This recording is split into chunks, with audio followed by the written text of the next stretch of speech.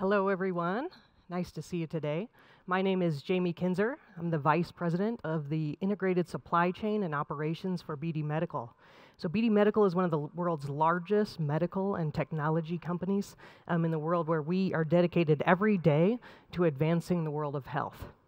So you may see me and think, well, that's interesting. I'm not the most common looking operations leader for a Fortune 500 company. So today I'd really like to talk to you about my journey from farm to factory, and really that journey of manufacturing, sustainability, and resilience. So, I woke up this morning in beautiful Utah, where we have the luxury of the snow skiing and sport, and in the summer we hike and we enjoy, and we also live in this wonderful metropolitan area where we have all of this business, which is why all of us are here today. Now, I want to reset that stage for you guys. Think about grass and field as far as you can see, where it almost looks like the water, So I grew up on the plains of Nebraska. Very humble beginnings, actually. Every week, I'll set you back to now. Every week, they come to my home, and I have two cans. I have a green can, and I have a blue can. I put my waste in one.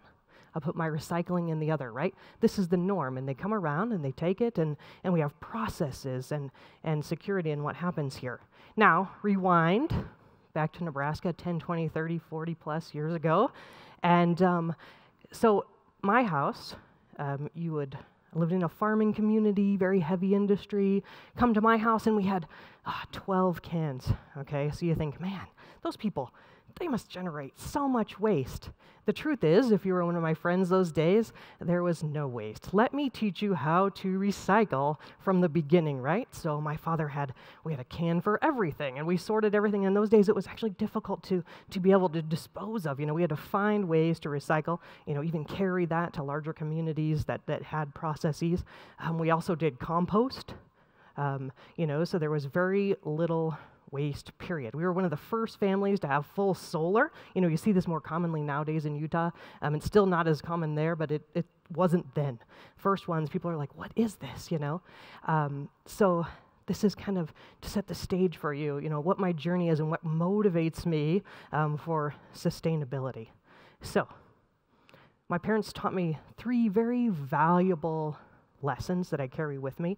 It was number one, your education. What do you have? What we have as belongings, ebb and flow, come and go. Sometimes you have more, sometimes you have less. But what you always have is your education, how you have continuous improvement to grow and learn and pursue. Number two, how you treat people, right? You're never going to go home at night and reflect and be like, man, I treated that person way too well.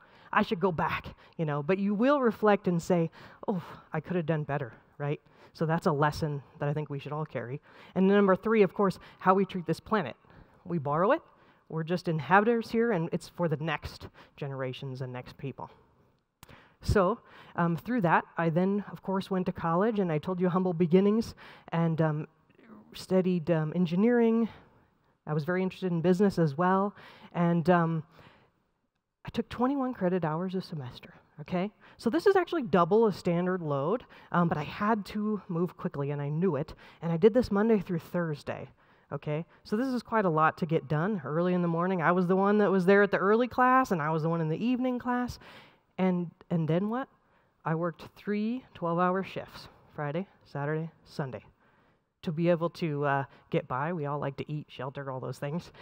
So it was really my introduction to manufacturing, to shift work, and to what is really great about manufacturing, right? So I get this education, and of course, your parents are like, become a lawyer, yes. And I thought, no, that's never going to be me. I said, I'm gonna go to work at the factory as a production supervisor. And they said, whoa, okay, why would you do that? I said, look, what other world do you get to, number one, build a safety, quality product that impacts the lives of everyone it touches, right? You don't go out into the world and get in your car. I spent a decade in tires. You don't get in your car and think, man, hope those tires are right, and go inspect them. You get in and you expect safety and quality, okay? So you get that side. You get the business. Where do you learn business acumen other than running sites now all over the world. Never would have thought it today. But you get that business side and you get to learn. And then also people, right? People in everything we do. The most important asset we have are the people that we work with, the people we lead. It is our job to put the right vision together, to put the right strategy and plan, and execute to that to provide sustainability in those jobs for all the employees that we do have. So I thought, no, this is the perfect place to be. Manufacturing, right? So we have a lot of businesses here today, maybe startups, but just really heavy manufacturing and products. And so it's so important that we keep those things in mind as we go forward. So I started out this journey, right? Production supervisor, production manager, plant manager, supply chain, because I kept growing. You know, who wants a black belt in Six Sigma? What is that? Who loves statistics in college? No one. I'm like, me, choose me, I'll do it. Okay, she'll do it, fine. And it's been so beneficial, right? So continue that education. The lean certifications, the PMP, the MBA eventually, right? So it's that continuous learning that's so important for us to progress. So then, you know, I've worked in electronic manufacturing. So when you think about discrete componentry, I've worked in the industrial and hydraulic hose industry. I've worked in the automotive industry making tires, like I mentioned. And now, during the pandemic, I took up the call to society to advance the world of health. Did I ever think we'd be in a global pandemic? No, never. I don't think any of us, you know, in hindsight, well, there was a few, but would go back and think this is something we would have dealt with.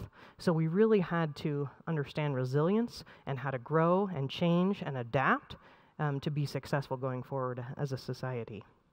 So now, I work every day to advance the world of health, but not only in products and services and technology, but, you know, through all of these industries that I've worked in, I've worked on massive projects, and I could probably stand up here and talk all day about every industry and the safety and the quality and the sustainability projects that we've put forward, the technology that people take for granted when it comes to commercial vehicle truck tires and, you know, the smart tires and the smart hoses, right? So I come from the farm, and we want to make sure that we don't have hydraulic hoses exploding on people. There's technology in that.